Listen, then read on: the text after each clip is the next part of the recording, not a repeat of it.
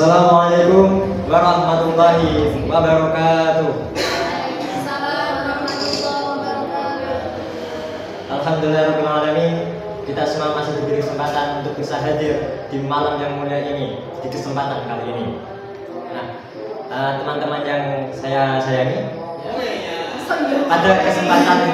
pada kesempatan kali ini saya akan membawakan kultum yang istimewa. Kultum yang berjudul tentang berkhidmat. Apa? Berkhidmat. Nah, teman-teman ada yang tahu apa itu berkhidmat? Ada yang tahu nggak?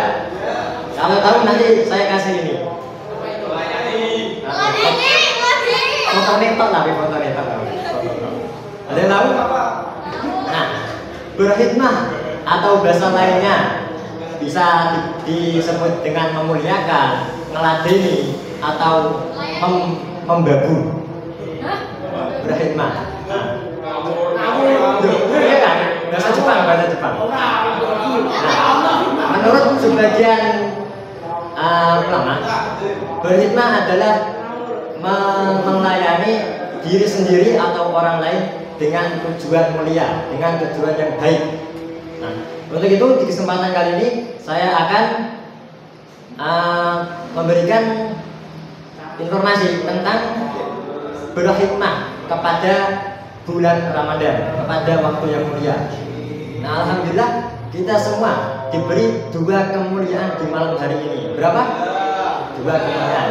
Yang pertama, tempat yang mulia. Apa? Tempat mulia, yaitu di pondok pesantren, tempat kelahiran berkhidmat, tempat kelahiran memuliakan. Dari kata-kata mutiara, kata-kata ulama, man qadima udima, siapa yang memuliakan akan dimuliakan. Nah, jadi teman-teman, di pondok pesantren ini adalah tempat kelahiran berkhidmat. Maka dari itu kita harus memuliakan siapa saja yang ada di pondok pesantren ini.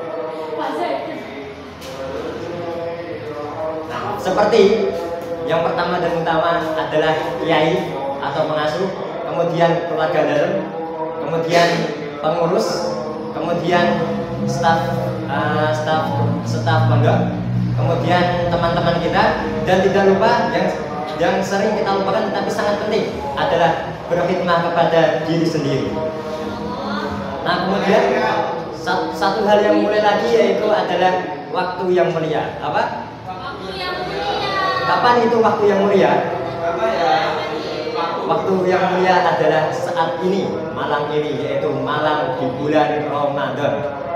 Karena apa? Pada bulan Ramadan semua diam dianggap sebagai tasbih. Pada bulan Ramadan semua kabar baik akan dianggap sebagai sedekah.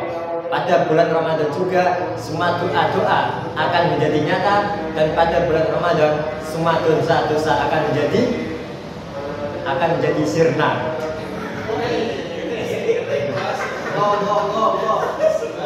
Nah, maka dari itu ada 3 fase untuk memuliakan bulan Ramadan. Nah, saya mau tanya dulu, di sini semuanya ingin, ada yang mau nggak dimuliakan bulan Ramadan? Nah, resepnya apa tadi?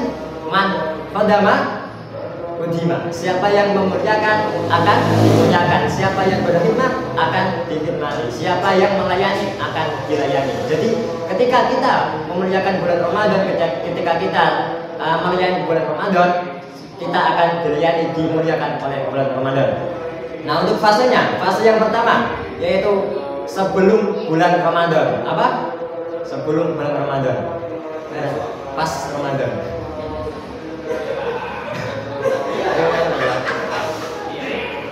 Nah, sebelum bulan Ramadan, atau kita bisa menyebutnya untuk menyambut bulan Ramadan. Nah, hal-hal apa saja yang bisa kita lakukan untuk menyambut bulan Ramadan? Apa ya? Yang pertama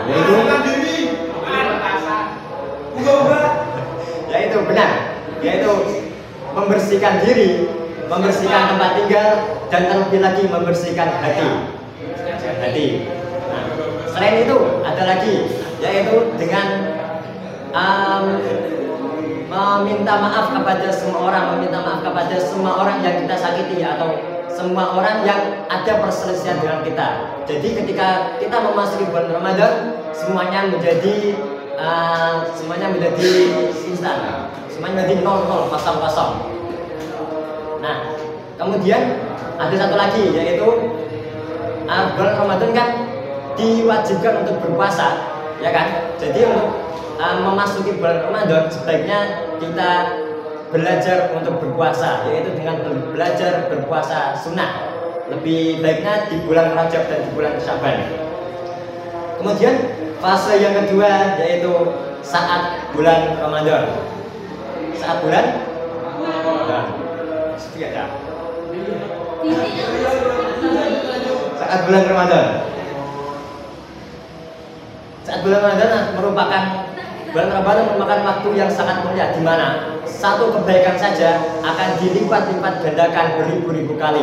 Maka dari itu, di bulan Ramadan kita harus memperbanyak amalan baik kita, memperbanyak sholat kita, dari yang sholat duha hanya 2 rakaat menjadi 8 rakaat, dari yang sholat tahajud 2 rakaat menjadi 12 rakaat, dari yang membaca Al-Quran satu harinya hanya 1 halaman menjadi 1 juz dan lebih lagi. Kemudian hal yang bisa kita lakukan saat bulan Ramadan adalah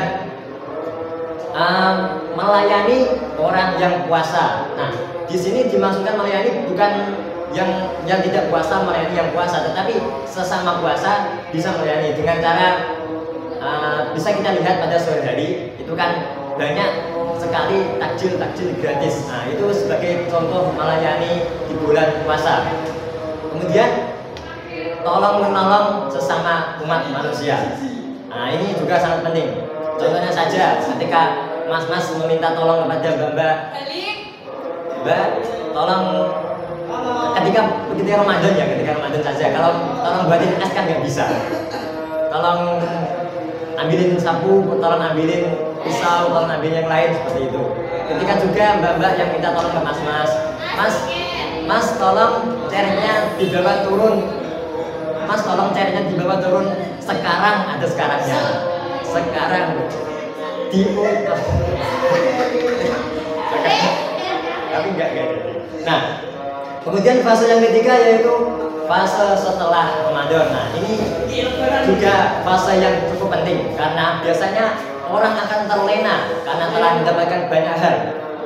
Karena di bulan Ramadan adalah bulan untuk memanen berkah. Jadi ketika fase setelah Ramadan orang akan terlena dan dia akan menganggap remeh fase itu. Tetapi teman-teman, fase setelah Ramadan ini juga fase yang sangat penting.